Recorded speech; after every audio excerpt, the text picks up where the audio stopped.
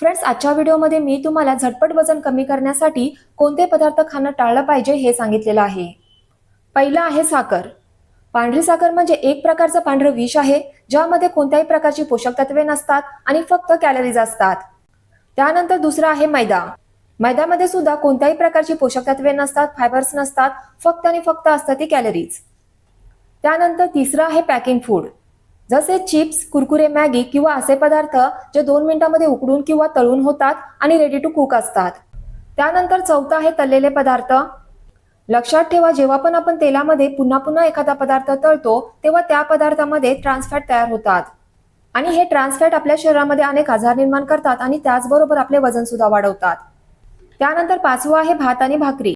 पांढऱ्या तांदळाच्या भातामध्ये आणि गव्हाच्या भाकरीमध्ये मोठ्या प्रमाणामध्ये कॅलरीज असतात. त्याचबरोबर आपण वजन कमी करण्यासाठी वेगवेगळ्या प्रकारचे सॉफ्ट ड्रिंक्स, कोल्ड ड्रिंक्स आणि सोडा पिणं टाळलं पाहिजे. तसेच आपण आईस्क्रीम, केक, पेस्ट्रीज, पास्ता आणि प्रोटीन बार सारखे पदार्थ खाणं टाळलं पाहिजे.